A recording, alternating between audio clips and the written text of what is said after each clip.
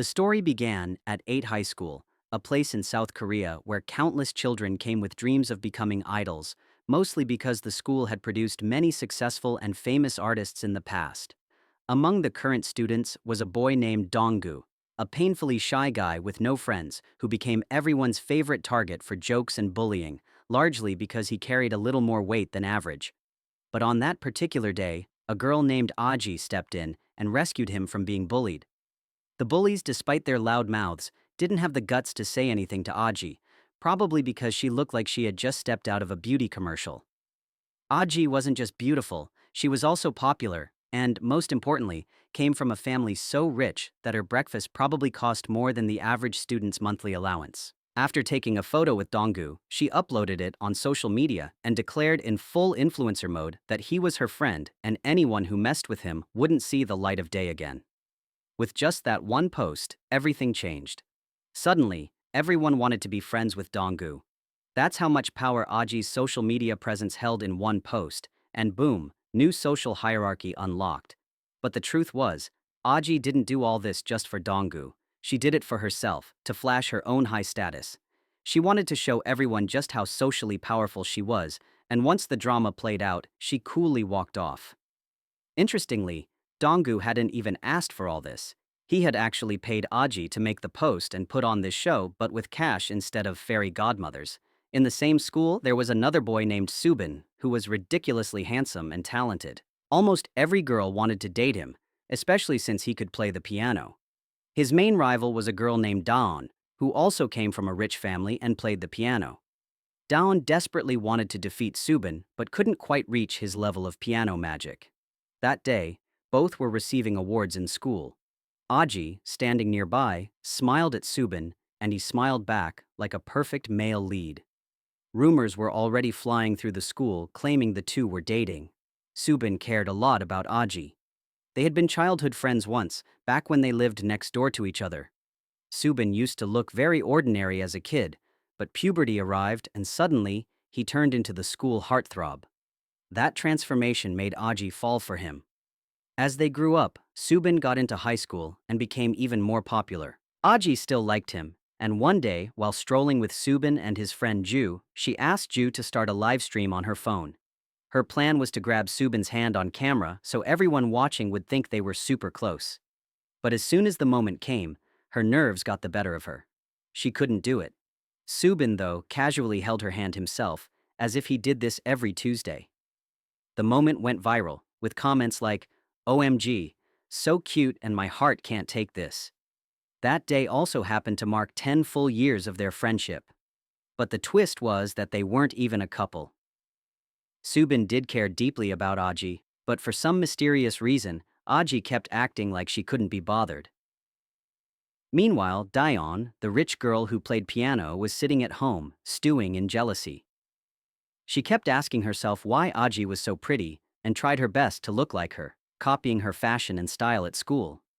Her entire day was spent wondering whether she looked good enough or just weird. The next day, at school, Aji and Subin were having a conversation when Aji asked him to meet her at the park. There, she gave him flowers and confessed her feelings, asking if he would be her boyfriend. Subin stood there like someone who just got hit by a flying confession letter. This was the same girl who used to ignore him, and now this? He said he needed time to think about his answer. But Aji, being sharp, sensed that he was hiding something. Days passed, and finally, the answer day arrived. They met again at the same park, and Subin gently told her that while he did care about her, he was rejecting her. He then dropped the plot twist of the year that he liked Dawn, the piano girl. He said he saw Aji as his little sister. Now, rejection hurts, but this wasn't just a rejection, it was a full-on emotional earthquake. Subin didn't just turn her down, he brother-zoned her in 4K. Aji couldn't even believe her ears. Their childhood bond had never felt brother-sisterly to her. She spent the whole night tossing and turning, trying to understand why he cared about her, stood up for her, smiled at her, and even held her hand if he just saw her as a sibling. Who holds their sister's hand during live streams? The next day they met again at school, and the air was thick with awkwardness. At that moment, Dawn also arrived, and Aji finally pieced it all together that Subin and Dawn were hiding their relationship from everyone. They were basically playing mind games with the whole school. Aji didn't like any of it. She started feeling jealous and began comparing herself to Dawn, how smart and rich she was. Aji reminded herself she was rich too, but Dawn knew how to play the piano and had this calm, graceful presence that probably made Subin fall for her. Later, in the washroom, Aji saw Dawn applying lipstick and immediately dashed out as if she'd seen a ghost. Soon, the entire school buzzed with news that Donggu had received an offer from an advertisement company to debut. Thanks to one social media post from Aji, he had now become school famous. Donggu got up and began walking, and suddenly, everyone started looking at him. He walked with his head held high. Earlier, he used to look like a complete geek, but now suddenly everyone wanted to talk to him and become friends. After school, he went back to the dorm where we met his best friend Siwan, who was also a transfer student at the same school. Siwan was a music student but didn't like school at all. He sat in the dorm all day making music. Donggu told him that he should come to school, or else he would get kicked out, and pointed out that he himself had already made his debut. Siwan snapped at him and told him to get lost. Then Donggu went to the company that had invited him to debut, but as soon as the agency saw him up close, his overweight body and his looks, they told him that he wasn't attractive at all. The contract got cancelled just because he was fat and didn't look appealing. The next day, Aji went to a cafe with her friend Sina. There they both spotted Subin and Dawn sitting together. Sina was extremely shocked, wondering what the two of them, who behaved so formally at school, were doing together in a cafe. Aji got furious at the sight and ran away. Subin followed her and was just about to hold her hand and say something when Dawn appeared, so he left Aji's hand and went to Dawn instead. Aji stood there stunned, thinking how weird the two of them were. Subin had left her for that nerdy, bespectacled Dawn, and just then, a wicked little plan popped into her mind. That night, Siwan saw a photo of himself on social media, labeled as a missing person post, and he was completely shocked, wondering who on earth was trying to find him. Many agencies wanted to contact Siwan because he was becoming really popular in the music industry. Everyone wanted him to work for them, but he kept hiding away. Meanwhile, news about Donggu's failed debut spread in school faster than exam panic. After that, everyone started bullying him again, mercilessly. They called him fat, geeky, said he'd never amount to anything, and labeled him a total loser. Then Siwan arrived at school for the first time and beat up the bullies, warning them never to mess with Donggu again. That was the day he met Aji. She was the one who had uploaded his missing person poster. He told her to delete it. When Aji refused, Siwan got angry and told her she was nothing more than a rubbish bin. According to him, people like her only raised other people's social status to earn money, acting like a walking, talking PR agency. All the students were stunned after hearing that. Donggu came from behind and tried to protect Aji, saying she was a good girl and had helped him. He even said she was like a princess. Even if he was only popular for a few days at school, he had thoroughly enjoyed it. Just then, a teacher arrived and everyone ran off. Aji and Siwan were called to the office. First, Siwan got scolded for not coming to school, and the teachers asked what he was doing outside creating a scene. Aji explained that they were arguing because they were preparing to participate in the upcoming art festival competition, which required a two-person team. Secretly, this was all Aji's plan from the beginning. After school, Siwan again asked her to delete the photo, but she refused. She already knew that Siwan was talented and kept requesting him to become her partner for the festival. On the other side, Subin was seen working at a bar, performing music, and earning money. The owner really liked him. That day, Subin asked for his salary and requested to be paid in cash, not via bank transfer. He explained that if the school found out he was a student working part-time, they might fire him and even expel him from school. Subin came from a very poor family who were also in debt. They didn't even have enough money for meals. That's why he worked to pay his school fees and to eat properly. Probably the only student whose music helped him afford both lunch and algebra. The next day, Aji showed up at Siwan's house and tried to force him to come to school. He refused. The next day, she came again.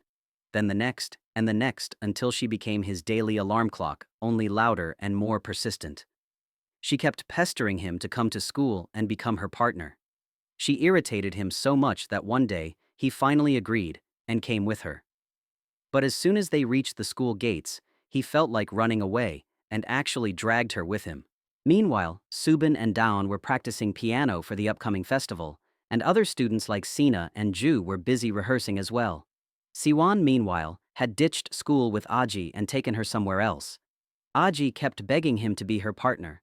Siwan told her that if she was so eager to showcase her talent, she should just go alone or find someone else. Aji replied that she didn't care about showing off her talent. What she wanted was to bring Subin and Dawn down. She wanted revenge. She wanted to beat them and rise above them. She said he could help her because he was really good at what he did. Soon, registration day arrived. Siwan showed up on time and registered his name. Everyone was shocked to see him there. Just then, a video started going viral in class, showing Subin apparently dating a boy. Everyone was shocked. The boy in the photo did look like Subin, and he was with another guy. That video had actually been spread by Dayon. Her plan was to force Subin to deny being gay, and in doing so, publicly claim that he was dating her instead. Subin didn't say anything at all, which was really hard for him, and he just stayed quiet. Even Aji was getting shocked, wondering if Subin was really like this. Then he got up and walked out of the class, and memories from his past started flooding back. It was the first semester when he got admission here, still new to everything. He remembered how Aji had already become very popular in school at that time. Dawn used to be a very simple girl back then, underconfident and quietly growing fond of Subin in her heart.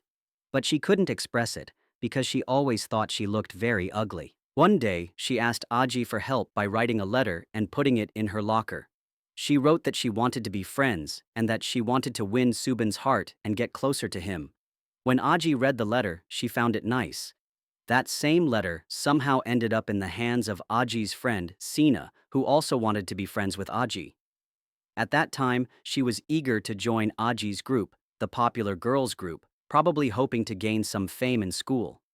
Sina even gave Aji money in exchange for friendship, asking her to become her friend and raise her social status. Soon, this story started spreading throughout the school, and many students secretly began writing letters and placing them in Aji's locker, requesting help in boosting their social status and offering money in return. Aji had been doing this kind of work ever since then. As time passed, Dawn began keeping an eye on Subin. She noticed that he didn't have enough money to even pay the school fees, so she offered him money, but he refused. Around that time, he started working outside to earn. One day, Dawn saw him working and took a shady picture of him, then began blackmailing him, saying that if he didn't become her boyfriend, she would reveal his secret to everyone. Subin didn't want Aji and others to know any of this, so to protect the secret, he pretended to be her boyfriend. Soon, Dawn even started bringing him to her house and would make strange videos of him and give him money to help with school fees. In the present, Subin was sitting, and it became clear that he was forcefully staying as Dawn's boyfriend. Aji, noticing his behavior, started getting suspicious, thinking something was definitely wrong. As the upcoming festival drew closer, everyone began practicing. While playing the piano near Aji, Subin felt really uncomfortable. He did not feel good around her. At the same time, Aji and Siwan were arguing about which music performance they should do. Aji and Siwan had spent a lot of time together while practicing, and now Siwan was starting to fall for Aji. One day during practice, he even confessed that he liked her. Hearing this made Aji tremble, and she ran away. Meanwhile, Subin was thinking that he couldn't quit his job and that he still liked Aji very much. So what if he called her sister? His heart still held love for her, but he remained scared of Dayon's threats. If the secret got out, he could lose his job and even his schooling. When Aji called Subin, Dayon picked up the phone. Hearing her voice, Aji disconnected the call and started wondering why Dayon had his phone. The next day, Dayon showed up at school in a glamorous look, and everyone complimented her. Her only goal was to become Aji. Sina, who was sitting nearby, happily announced that she received a scholarship from school. Dayon interrupted and told her to thank her because it was her parents who ran the school foundation and gave a lot of money, which is how Sina got the scholarship. Hearing this, Sina was both shocked and angry. Dawn was now showing her true colors, basically saying that her rich family had given her this opportunity like a beggar's charity. Since Dawn wanted to become Aji, she had started behaving badly. Sina felt insulted, as if she was called a beggar, and Dawn implied that her parents' money was the reason for the scholarship. Furious, Sina pushed Dawn and walked away. Aji stopped everything and took Dawn outside. She asked where Subin was and why Dawn had his phone when she called the night before. Dawn told her not to worry and that she would handle Subin herself. She also reminded Aji that she knew everything about him because she stayed with him all the time. At this, Aji realized how far Dawn's reach had gone and walked away. Sina was extremely angry now. She vented her frustration to Ju, who tried to cheer her up and managed to make her feel a little better. That night, Dawn called her father to ask for help. The following day was the festival, but Subin was still missing. He was simply gone. Aji was getting restless, constantly worrying about where he could be.